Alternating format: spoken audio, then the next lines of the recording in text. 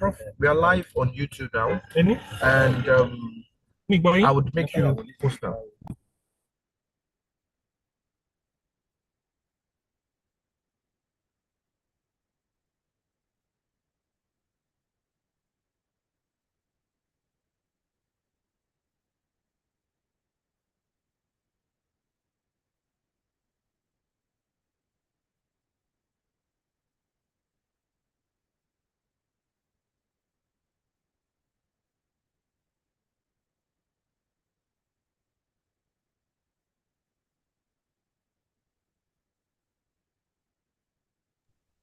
Hello, Prof.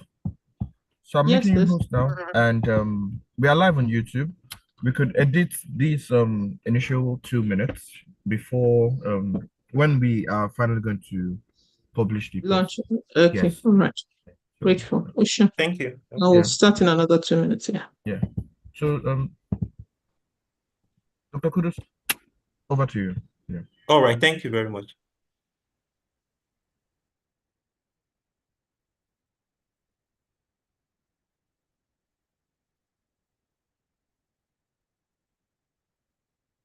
Hello.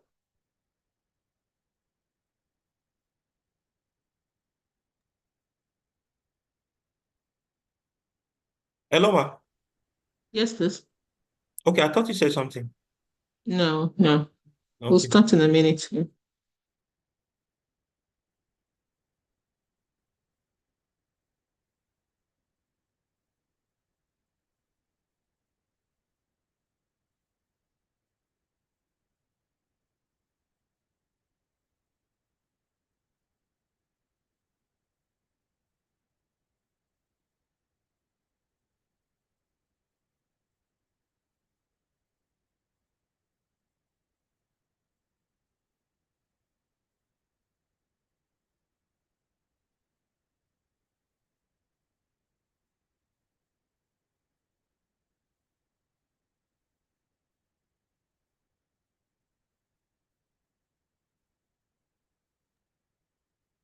Good morning, dear participants. You're welcome to the second week of our research ethics class.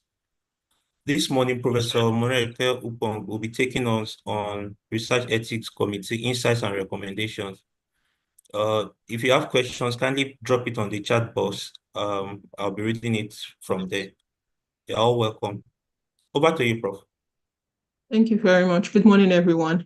Our week's lecture was on research ethics, and what I'm doing first is to pull together the insight we've gained by through the engagement, and then we'll share. I think it's a small class, and 10 of us. So we might just, if you want to ask question, you might just raise up your hand and unmute your mic at that time, and then we'll discuss what it means to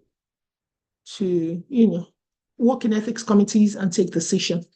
I am hoping that through this process, building on last week's lecture, we will recognize the place for Research Ethics Committee and support the work of Research Ethics Committee in multiple ways. One, if you're a researcher, you ensure that you resubmit your research ethics, your research protocol to Research Ethics Committee, irrespective of the field, whether you're in history, English, maths, geology, health sciences, pharmacy. Every protocol needs to go through Research Ethics Committee. Many would ask, what is chemistry, physics, plants, botany looking for in submitting protocols to Research Ethics Committee? It is because everything we do, it's about health and well-being. It's about human beings, either directly or indirectly. And therefore, there are many issues that you need to look into, independent of you as an individual, that you definitely would not see because of the bias that naturally comes with your designing and wanting to implement your study. And so the Research Ethics Committee, who is charged with the responsibility of safeguarding the health and integrity of research participants, would otherwise be able to address these things. So we will look through some of the things we saw through researches that one was supposed to go through, that had gone through ethics review, like case one, and it's actually life story, and two, a research that otherwise will be going through Research Ethics Committee, which is the case study too, and it is also actually a life story. And I'll probably share with you what happened at the end of this research. So this is your case one. The Ethics Committee received a protocol for phase 2 multi-site study that involved Uganda and Belgium. And truly, these were the countries. Okay, and they were actually medical students, very small phase 2 trial. And for one, it was $3 and other years.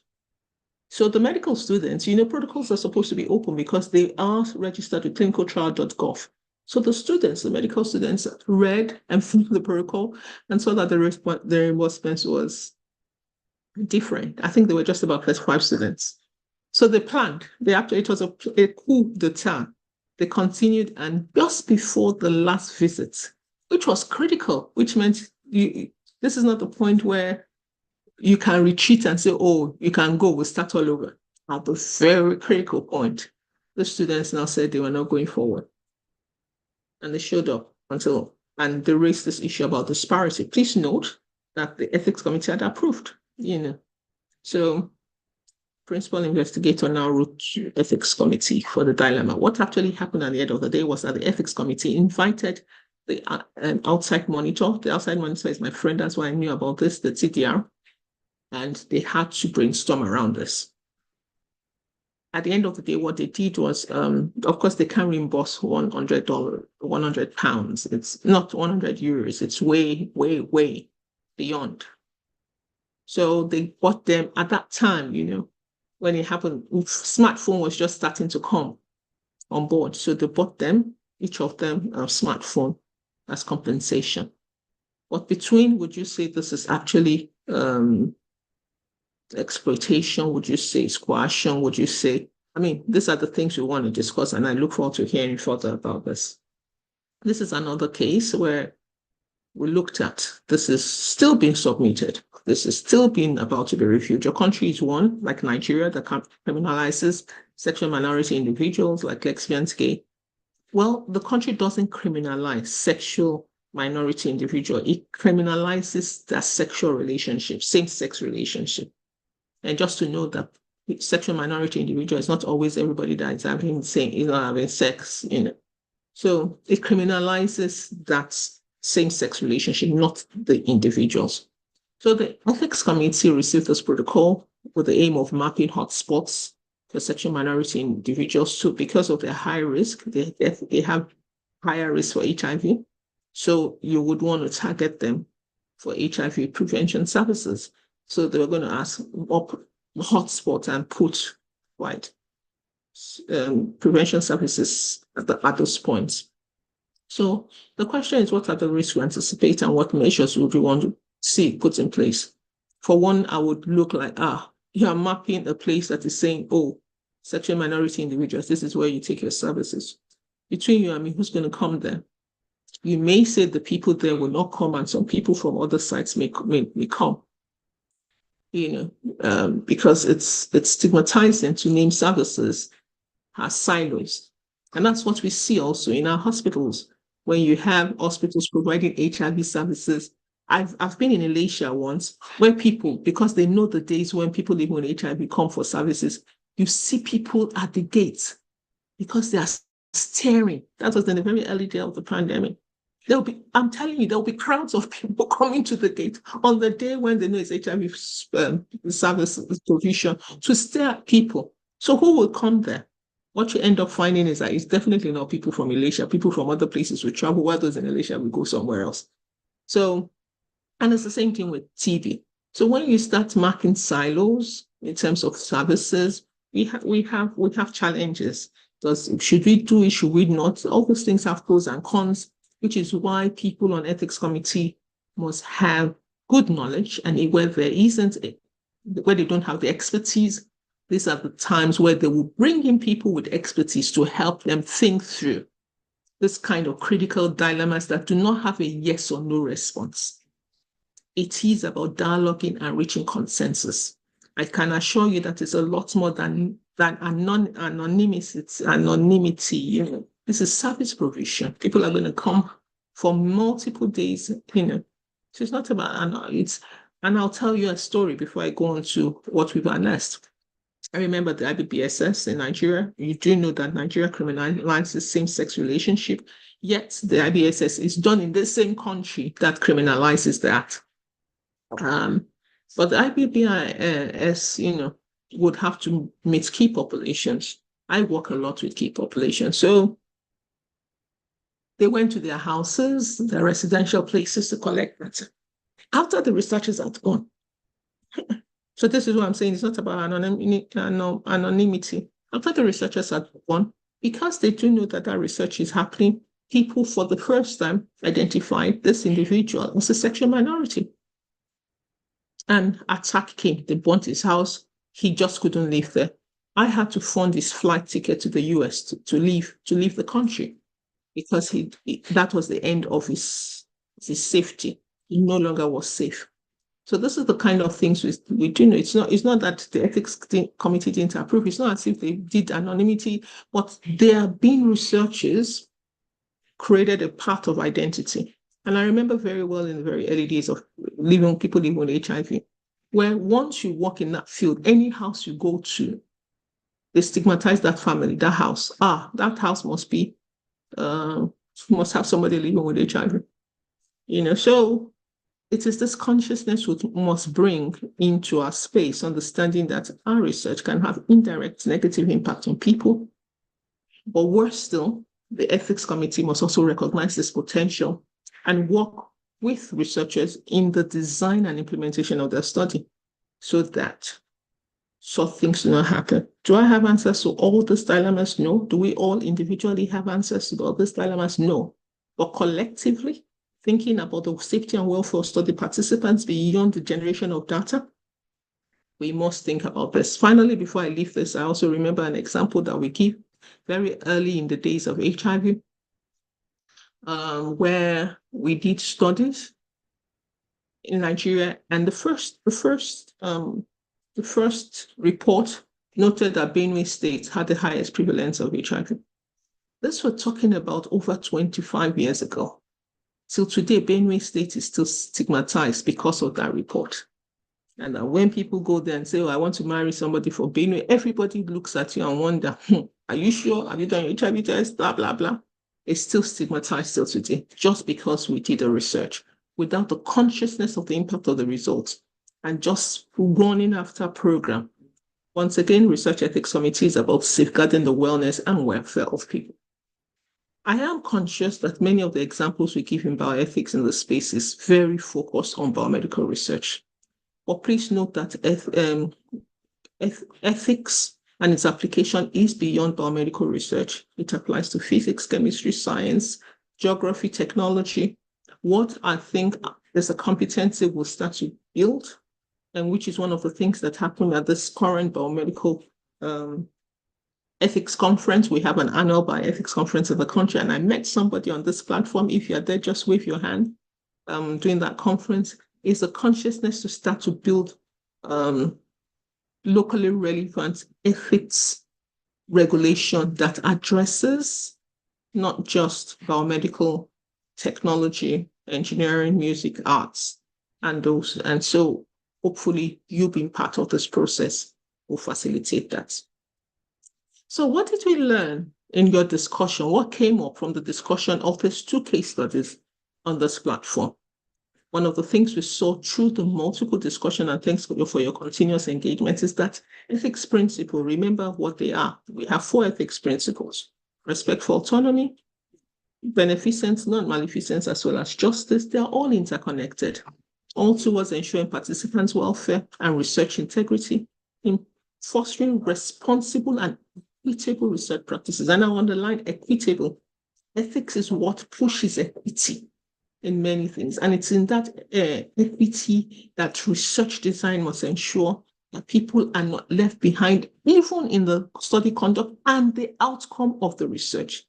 We must look beyond just the collection of data. What is the implication for the dissemination of the results of that finding that ensures that you do not continue to perpetuate inequity in the system? And these are things we must, Research Ethics Committee must be responsible for.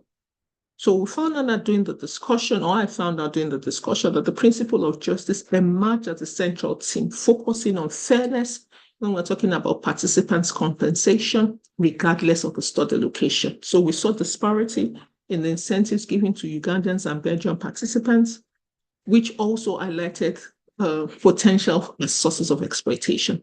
These are excellent discussion points that need a lot more engagement. This is what ethics is. Ethics is about debating, deliberating, bringing thoughts together.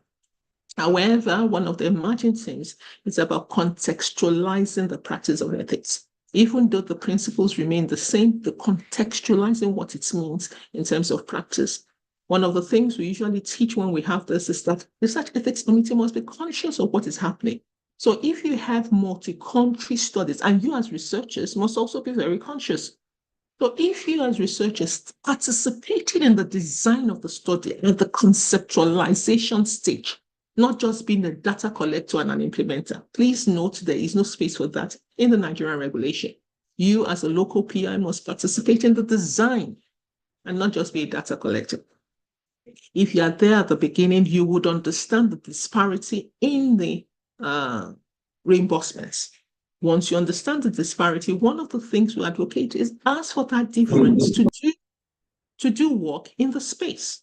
What does this mean? So we definitely, though they gave $3 to one and $100 to the others, $100 is definitely too much for Uganda. So even if $3 was appropriately given to Ugandans, then the remaining $97, you can ask them to invest it in the development of the youths or for development of programs. Don't take it away. Don't take it away, And that becomes, looking at equity in terms of what, and there are many things, but these are the critical things that we must think about within the context of what we're doing. It's true, research has the potential to exploit, but that is why Research Ethics Committee must be there, and they must continue to develop their competency to be current. There's so many things evolving and things are current. You must continue to build your competency so that you're current and understanding how things can happen. I'm not sure so much about exploitation here in this case, because $3 is just appropriate, very appropriate for the study community. But what we did was lose sight of the $97 that could have benefited the community and otherwise would have worked with them. One of the things that also came up was the need for standardization and equitable treatment. This came up over and over and over. But then what is equity? Is $100 in Belgium as well as $100 in Uganda equity? You would find out that if you give $100 to Uganda, then there's discrimination also for the Belgians, because the value of what your $100 will get for you in Uganda, they can't get it for the Belgians. So if you give $100 to Uganda, is it equity also for the Belgians? These are the contexts that you have to also study when you're looking at the holistic picture. But then whatever is taken, the decision is about fairness and justice. Standardization also has its pros and cons. I remember that South Africa at one time standardized compensation to 150 rands. I think Liberia also as a country also standardized, but it also brought issues and contention because it also, in some cases, was overpayment, coercion. So my own team here in Nigeria, we argue that coercion shouldn't be an issue if you have, as an ethics committee, taken care of all the risk that a research could otherwise bring. So if you're taking care of all the potential risk that otherwise could have happened in our research, be free to coerce me.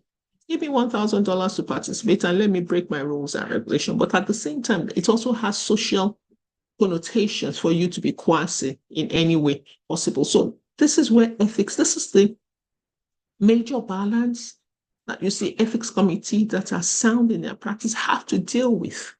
And it's not always a black and white. But it's that major.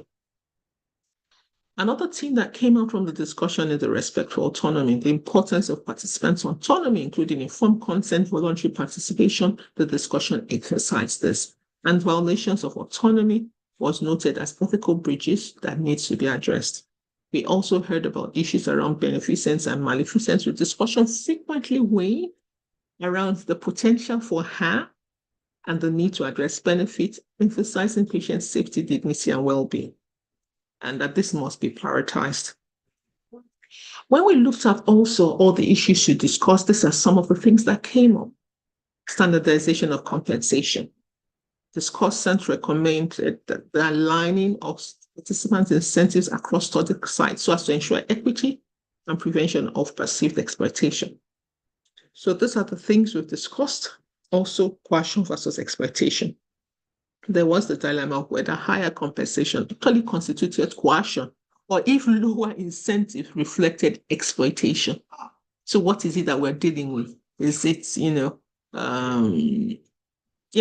like we noted, if at the end of the day you bring $100, is that in itself equity, or is it actually moving towards coercion?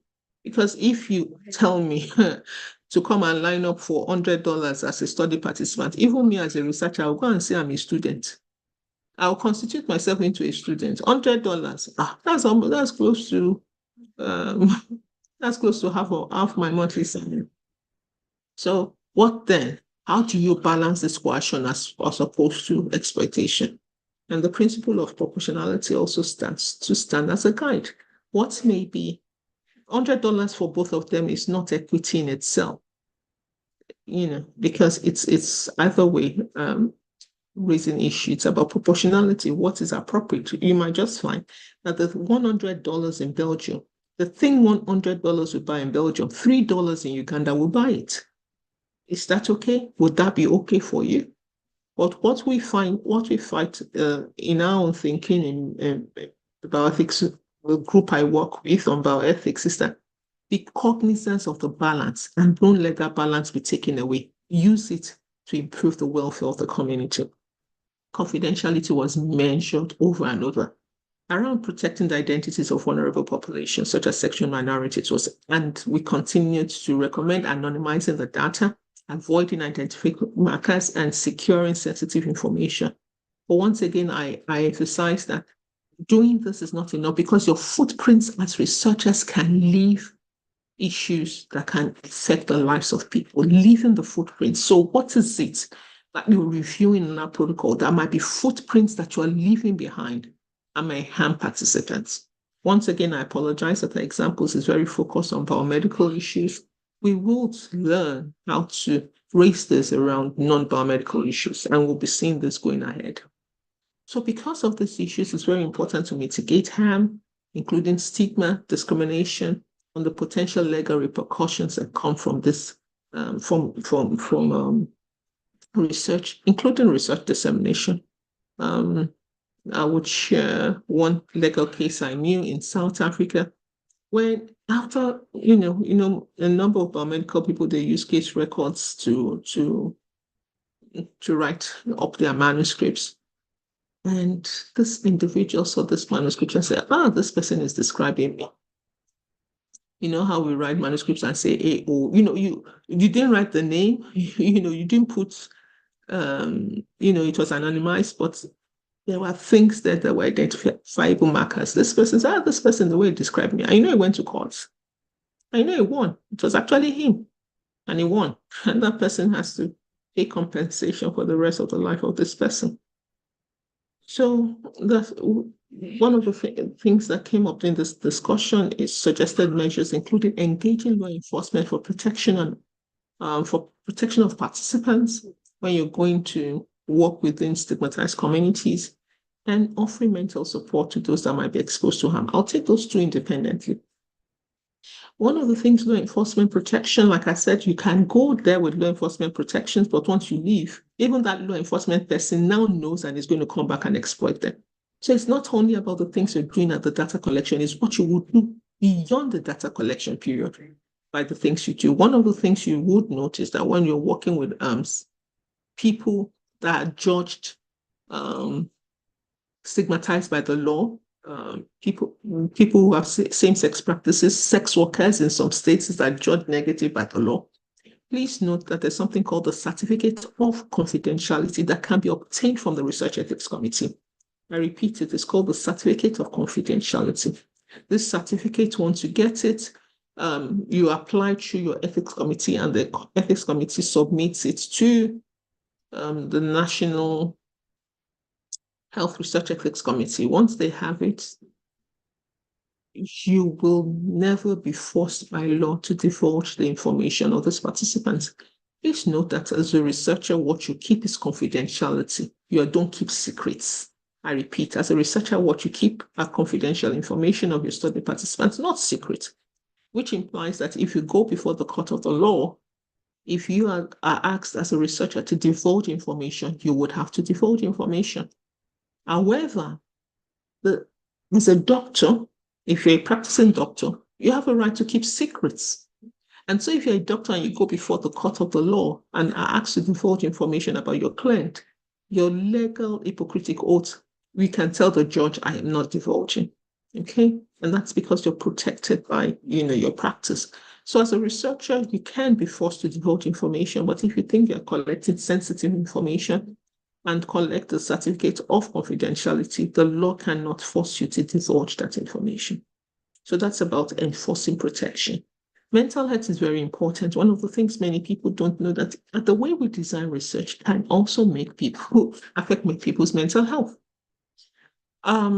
Many of us think that just having questionnaires, there's nothing harmful about questionnaires. To note that in the research, there are 5 different types of harm, and there's no research that is free of harm. What you have is minimal, moderate, or high risk. Minimal, moderate, or high risk. There's no zero risk. For me to be answering your question, I could as well have been sleeping. So that's an alternative use of my time. So there's harm. Harm comes, but believe me, there are ways you might write questions and it causes mental harm. And I'll give an example. And a colleague of ours gave this example. So this questionnaire was intrusive enough in its design. We wanted to know about widows' experience after being widows and widowers' experience after losing their partners, and kept asking questions around, your last sexual experience since your husband or your partner died.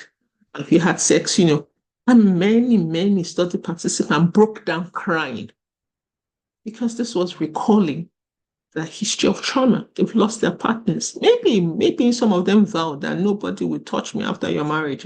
And then after he died, the second day he's already having sex with somebody else. Your ordinary questionnaire can be very harmful. So everything still has to be subjected through the eyes of people who are independent and can be able to evaluate these things independently. Because we as researchers, when you are designing, you have a bias that form a cloth. And this is why, remember L1, a study on history of abuse, Research Ethics Committee became very cognizant because of their independency to be able to review protocols. Or a person might ask me, if the review committee member is submitting a protocol, how do you then maintain independence? And please note that it is required that ethics committee members can do research, and when they submit, they would step out. They cannot participate in decision-making around that research because of the conflict of interest.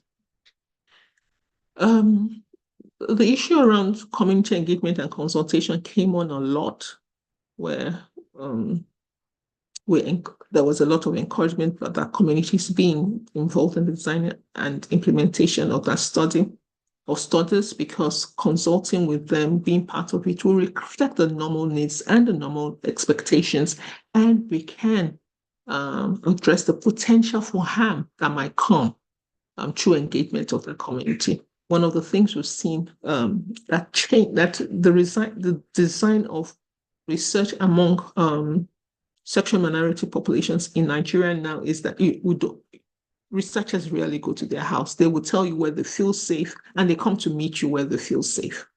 So that's really changed the trajectory of things. So designing research with communities help you choose study designs and implementation strategies that is sensitive to the need and the context of the people. Like I give an example, if you're in the South, if you want to ask questions about women, a man can enter the compound and do things, but in the North, it's not like that. So a man cannot go into the arena of women or things like that. So those kind of sensitivity in design comes by you engaging the community. And I'll give an example. I mean, this might be off point, but I wanted to give it. And I wanted to give it in relation to the study design too, where there's a decision that we would want to do HIV prevention services in hotspots. Who says that is how they want their design? It seems reasonable, but what do the people want? And I'll give an example, a real life event. So this support service went to this community where they don't have clean water. They usually fetch water from the stream. And they provided services. They dug borehole for them in the community. But you know what? They never used that borehole. They still send their children to go fetch water in the river that was still far ahead. And what I'm saying is real and happened in Nigeria. So when they came back for evaluation, why that? Community members were then bold enough to tell them that, you know, our houses are small. We sleep with our children. In the early mornings, when we send our children to go and fetch the water, is when we have the space for intimacy. So they're not in the house, and then we can have an intimate relationship. So it's not just about clean water, it's also about functionalities of our life. It took, this goodwill, loving philanthropist projects to understand the realities of the context of people's life, to redesign that. So what they did was now dug a borehole close to the river at a distance, and then it became functional. So stop putting people within our communities to design. So this is very important. I also tell about my example when I was designing a study for Population Council, and we thought this was it. When we involved, I said, no, I can't do this project. I have to involve communities. When they came up, but they've done this research for us now. This is the one we need. So we had to redesign. Unfortunately, we didn't implement that study. Did you know they bothered us? They bothered us. Come and do this research. We need this research. Come and do this research. And in fact, if we had done that study that was not relevant to them, it was just a waste. If we had done the study that was relevant to them, they would have owned it, looked forward to the result, and implemented the result.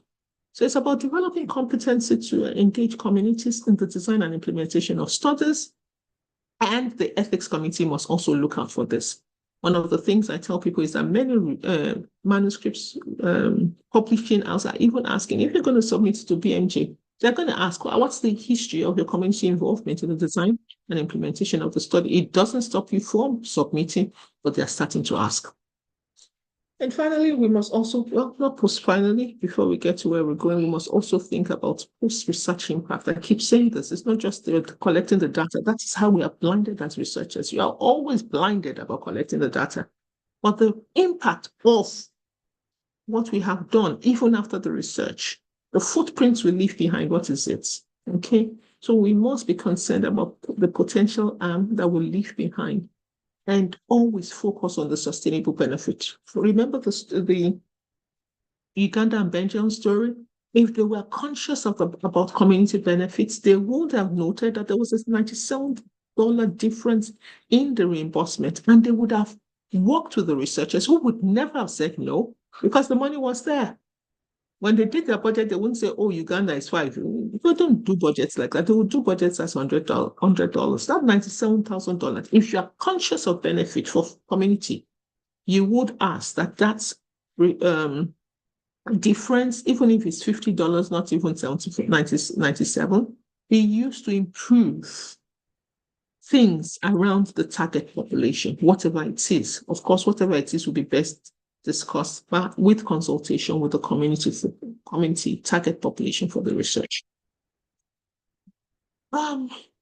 We also talked about accountability and oversight, as well as the need for communication with investigators. Many did note that they would have asked the PIs to come and clarify the protocol, address discrepancies, and promote the upholding of ethical standards, which is excellent. I don't know how many research ethics committee do this, but this is excellent practice. Where there are things that are not clear, please ask the study principal investigation to come into a meeting and clarify the protocols.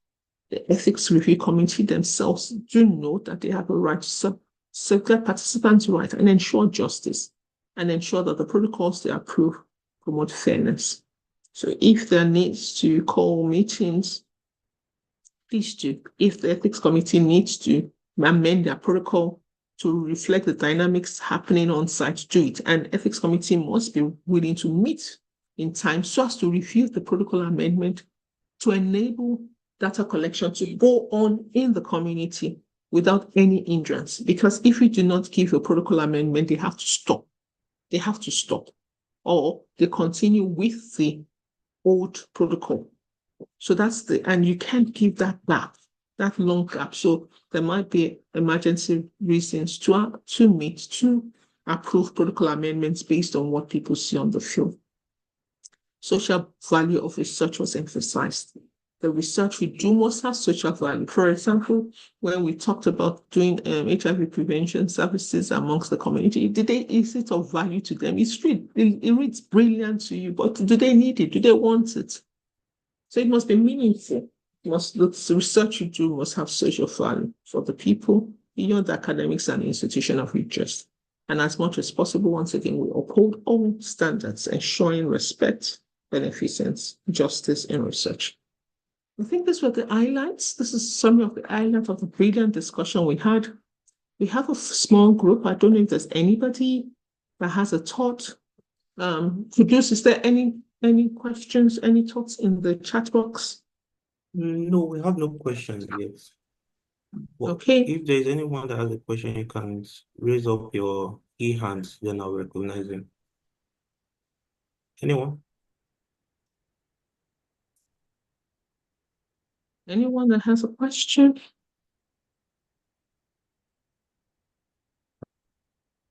Okay. Okay. It's a quiet house. So we have these 5 questions for discussion today. I'm sure if you went through the slides, you would have recognized that when protocols are submitted to ethics committee, they are reviewed and there is a comment, not a question. Ethics in terms of surrogacy. Yeah, I mean, that's a whole lecture on its own. Okay. Yeah. And it's that's clinical. There's a difference between research ethics and clinical ethics. So surrogacy is a clinical ethics, and that's a context outside my scope right now. So it's recognizing that there are different types of ethics, and ethics of clinical practice differs from ethics of research. And that's a different context, but it's an excellent question, but beyond the scope of what I can describe now.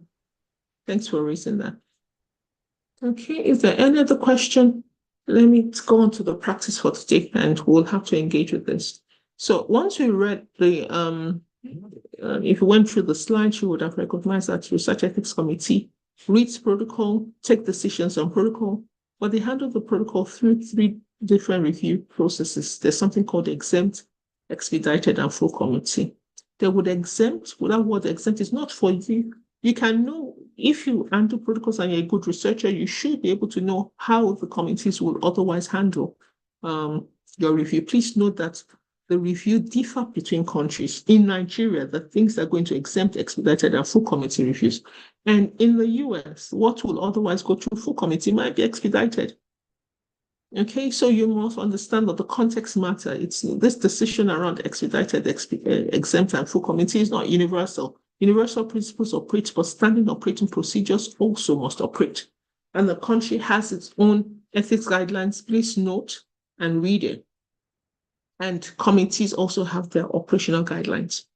So when we say exempt, what we're saying is that the review notes that this will likely be exempted from monitoring because the level of risk that is involved in implementing that research and the humans involved would be nothing more than what they meet in their everyday to-day life. What is involved is not more than what they will meet in their everyday to-day life. In expedited, it says it's a little bit more, but not unexceptional, like your question, administering your questionnaire. When you administer a questionnaire, somebody's going to give time.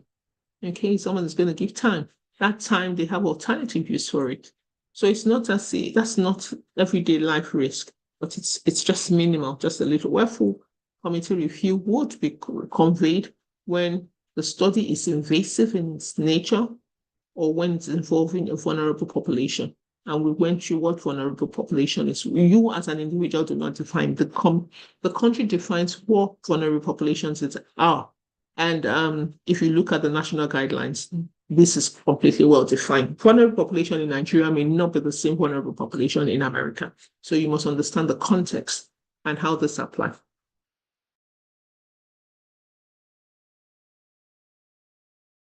Given reason why, that if you submit a clinical trial protocol among sexual involving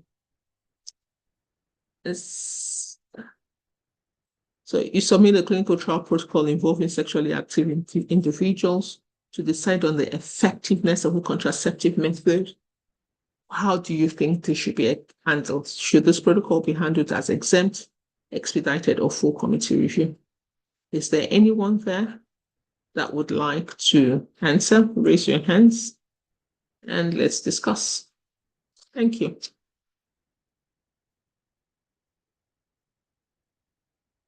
If you raise your electronic hand, you'll be unmuted, or I think you can also unmute yourself. Anyone who'd like to discuss? There's a hand. Oh, okay, thank you. Koforola Ishola. Please unmute the mic. All right. Thank you, Ma. Good morning, Ma. Good morning. Good morning, Dr. Lawal. And good morning, everyone. The issue of the clinical trial protocol among sexually active women, I think it should be a full committee review, because we also have to look at the risk of any of these women becoming pregnant, something for which they haven't planned. So a full committee review would look at all the risks and then try to see how we can ensure that such risks are not, that such risks don't come into play. Thank you, ma'am. Excellent. The issues raised are excellent. One, this is an intrusive research. Something is going to be given, something is going to enter the body. It's not minimal risk, it's high risk. Okay, and like she noted, once again, remember when you're thinking of research, it's not just at the point of data collection. What happens beyond that? So what happens to children that the mothers that get pregnant? And what happens to the children that are born out of pregnancy while taking the contraceptives? Remember that research, you are equipoise. You are answering questions because you truly do not know. You don't do research because you know. You have the answer and then you do research. That's not it. That's no social value. When you design research, you're actually saying, I truly do not know the answer to this question. That's equipoise. So once you're doing a clinical trial, you're truly saying, we don't know the efficacy of this contraceptive. And that includes, I do not know all the side effects. So beyond the trial, you have to think, what does this mean for the woman that gets pregnant? And what does this mean for the child that was conceived while taking this contraceptive? So it's a major risk you're talking about, high risk. And therefore, just like Dr. Shalan noted, full committee review is very appropriate in making a determination for this kind of protocol. Thank you so much. That's brilliant. So let's look at the second. Or is there anyone that also wants to discuss that further? Any thoughts on that? Okay. So what you see also is that because it's going to be full committee review, what happens is that the ethics committee conveys. Many ethics committee, what they do, it will be that for full committee, they would give the protocol to experts, the science experts, to look at, to be sure that the science works in Nigeria. And I'll relate to that. And they'll give the protocol to ethics experts to read the full protocol. Then all the members of the committee also get a summary. Okay, so that they review, and then they will come to the meeting and deliberate on the decision. That's what happens with full committee. Many times the ethics element is looked out for by the committee itself, but they will look for an expert, a science expert, to read the science. And that might not be on the committee, so they might have to look for somebody outside the committee. In other places, one of the things that they do is that it's not everywhere that science and ethics are the mandate of the ethics committee. In Nigeria, the science and the ethics are the mandate of the committee. In other places, The ethics committee just simply focus on ethics, and science is taken care of by some other systems. I think in rest of Ilorin and the model that Ife is also choosing now, the research committee in the faculty takes care of the science. Once the science is taken care of and it has been said to be okay, they send it to the ethics committee, who then takes care of the ethics and then gives the ethics approval. So depending on the models, wherever they work, but the science must be looked at, the ethics must be looked at. When science is compromised, ethics can never be right. Ethics can never be right. Science, there's no right ethics when science is wrong. But science can be right and ethics can be wrong. Science can be very right and ethics can be wrong. But science cannot be wrong and ethics will be right. That one is not possible. Thanks once again, Dr. Ishola, for the brilliant response and the discussion this is raised. Yes, I see somebody's hands up. Yes, Adenike. Yes, ma. Good morning, ma. Good morning, our other able leader and the house. Ma, I had an experience sometimes as a research assistant. I was in the field with one professor, one white man, and that research was about, this ivermectin drug being served to a community. They said one is for the control and the other one is for the experimental group. So we were, given the employment that time as a research assistant to make a physical examination on the participants. So, and I know that that prof has they have settled within themselves with the community and this and that, whatever they are going to do for the community. So we're just there to, do the examination and keep our reports. When it was the turn of that woman, men separately, men with men, women with women. When it was the turn of that woman, she now said I should pay if I want to. We had this screen to cover them in that village. And the woman now insisted that I should pay her before I could do anything on her. I tried to persuade her. I did all I could. She would not agree. Then I now called on the researcher and explained everything to him. In that type of situation, and the researcher has settled the community, is it right to settle that individual as a participant?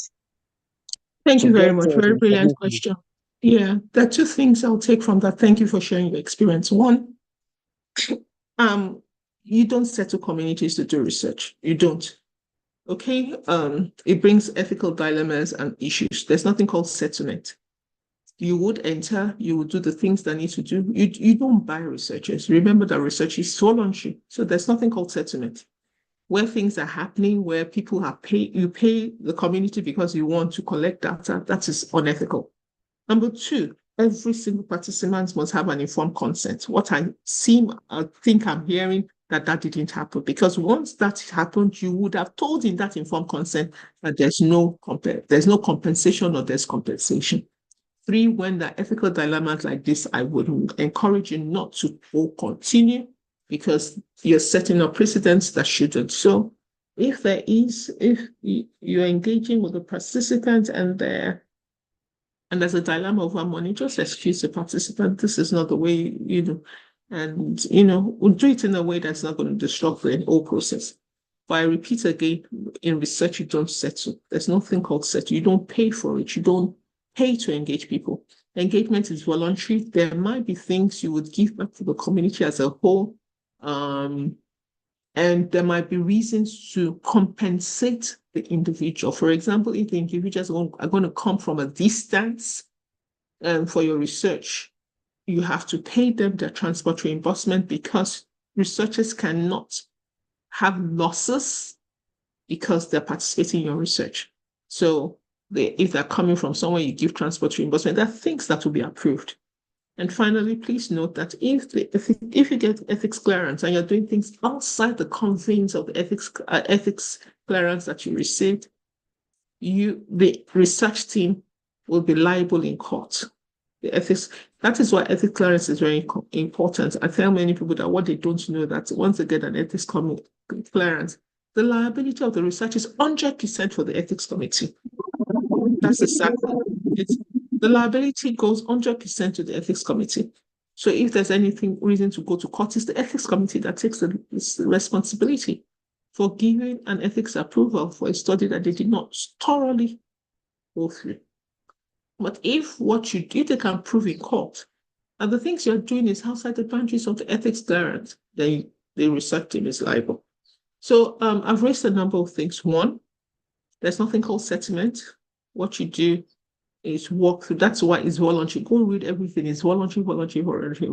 Two, informed consent must be administered. If informed consent is administered, the voluntariness of the study would have been made clear to the study participant.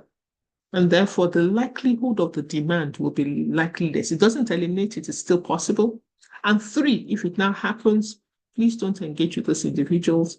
Let them know it isn't, and remind them of the context of the informed consent that they signed to, and then deal with this matter in a way that it does not disrupt the entire research. The individual can be powerful enough to disrupt your research. I hope those three responses addresses your question, Madam Adenike Kadri. Does it, ma'am? You're muted, so I'm not able to hear you, madam. I hope it addresses your issues. Thanks for sharing your field experience with us. Thank you, ma. I appreciate you, ma. Thank you so much for sharing. Okay. And thanks for sharing your experience. Really, really grateful for sharing that. Okay. I think we have a question. We have some questions, but I'm thinking we should go through the list of examples and come back to the questions. Okay. All right. So you want us to go through the list of examples? Yes. Okay, let's take one more example and then we go to the protocol. We just have about 11 more minutes to. Exactly. Let's take a protocol, the fourth bullet. What do you think? A protocol to determine the average time for elderly to cross the zebra crossing in a downtown bustling street in Lagos. Let's say Ajegunle.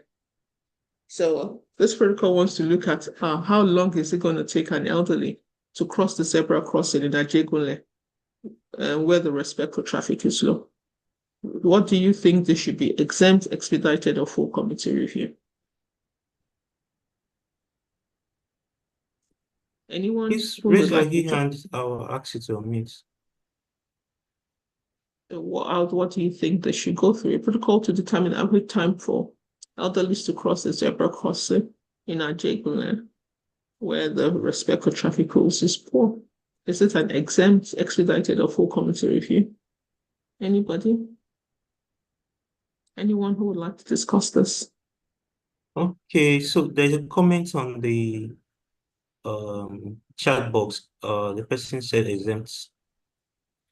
Okay, exempt. Would you like to explain why you think it's exempt? Okay, let me ask him to unmute. Okay. Would you like to share your thoughts on why it is exempt? Thank you. Okay, I'll ask. Go ahead, sir. Oh, thank you. Sorry, I'm in the traffic, so. Okay.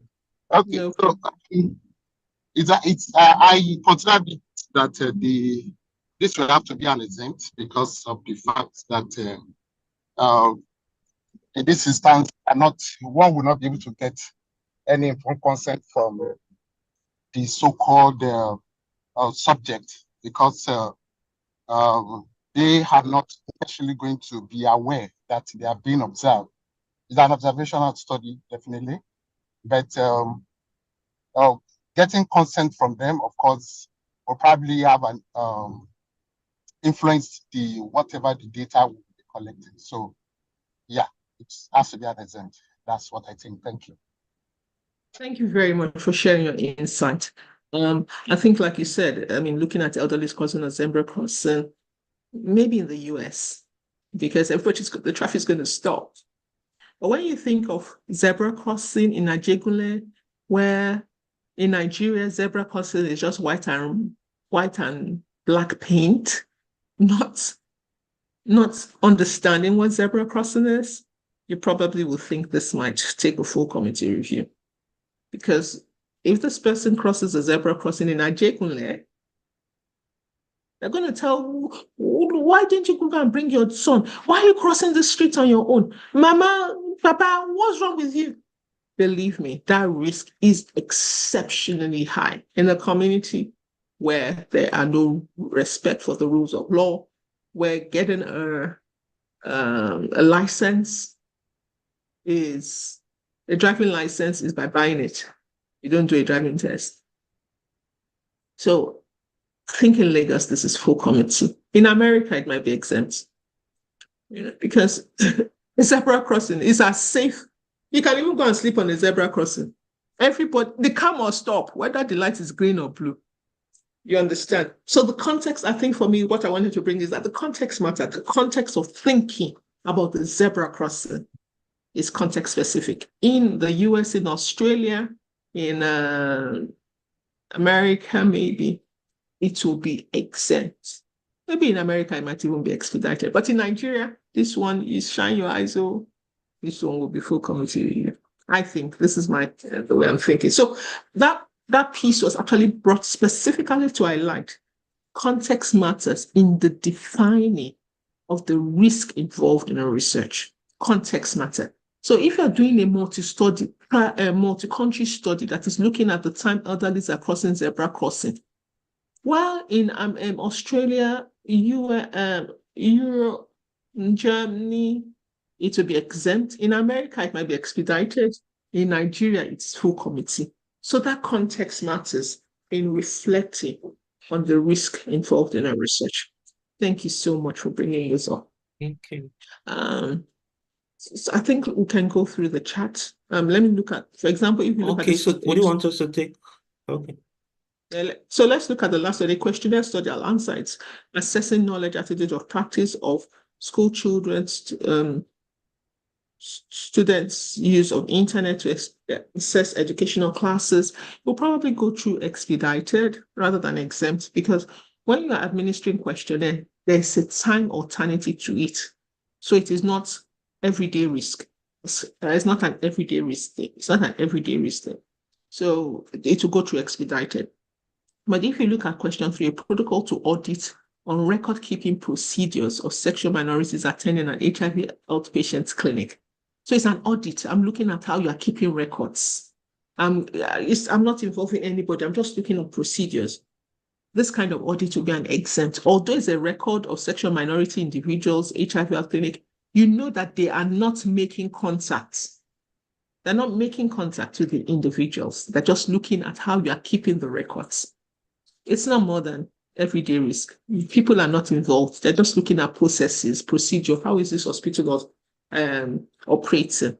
Okay, so that kind of thing will be an exempt. So these are the kind of things that happens. And when you look at exempt and expedited, it shouldn't take more than 2 weeks, 2 weeks, because it's not the full committee, it's the chairman or the designate, or in some places there might be committees that are handling this. It's quite, very fast, and then you are gone.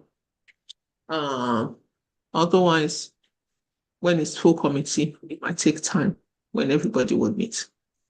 Let's see if we can answer the questions. We just have about 4 minutes to go. Any question that we can answer in time? Okay, so I'll try and combine as much as possible. So, one of the questions reads, does research on substance abuse needs, I guess the person meant ethical approval, but it reads, does it need questionnaire since all the information of the subject is on the file of the patient? If you are extracting information from the file of any patient, please note that any research you are doing on human being dead or alive, clinical practice is different. When you're doing research on any participants, you must get their consent. You must get their consent. This is so when you are the one handling their case notes and you're extracting the information and you know the individual. It's a different thing when if I want to extract information from participants' file and I go to medical records, I give them my form and say, extract the information for me. You know, in that way, you don't have access to the information of that person. So it's a blinded extraction. You still get ethics approval. Or in this case, they might give you ethics approval that you don't, they might waive consents because you don't know, okay? But this one that you carry files, like we do in Nigerian hospital, all these cases is my case, is my case. It's not your case, it's the hospital case. But then you decide to, and then you carry people's case notes inside your car and be carrying it around. It's my case, it's my case. And when you are doing it, you'll just be extracting data. That one, you must get consent because you know the individual. You are not blinded to the individual, so you must get consent. Any study that is extracting data, any study whatsoever on human beings dead or alive, please note you must get ethics clearance. And the decision about consenting, first you must get ethics clearance. And then the decision to consenting or waiving the consent will depend on the blinding of the information. I hope that answers the question. Kudus, we have 2 more minutes. Any other? Okay, so question? I think this is a very important question. If the person is asking how many ethics committees should review a work that cuts across the geopolitical zone, I think that's an considering excellent question. Yeah. Usually when it's multiple, 3 or more, what's the ethics guideline in Nigeria says, go and get the approval from the national.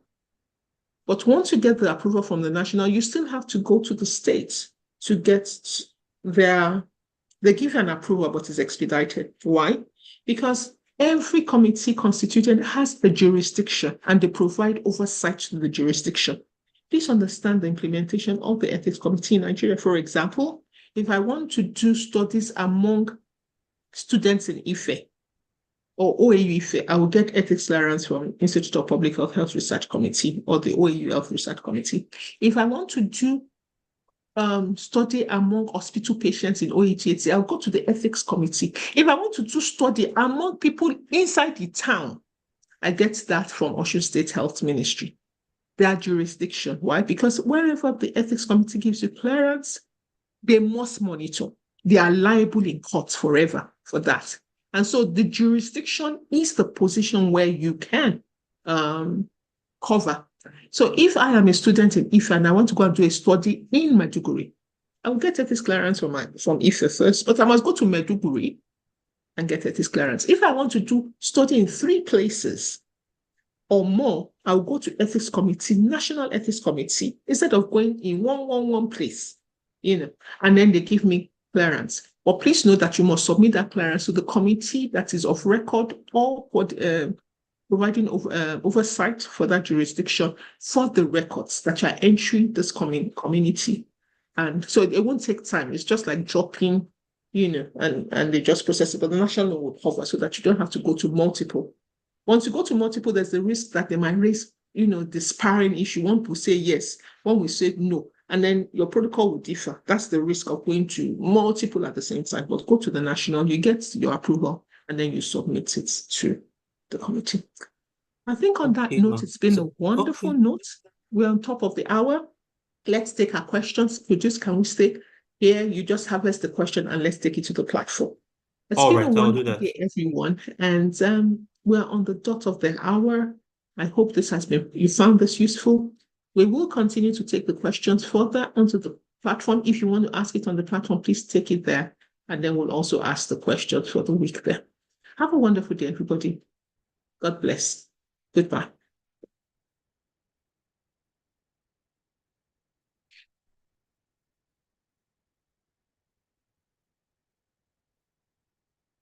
So Kudus, I'll leave the space for you to address the question and then you can shut when you've done questions. I have to go somewhere. Okay, that's fine. With that, Kudus? All right. Yes, I am. I'm doing that. Okay, bye.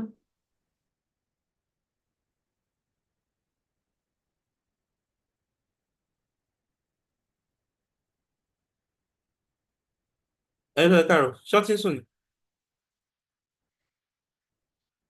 Okay, okay. Hold on.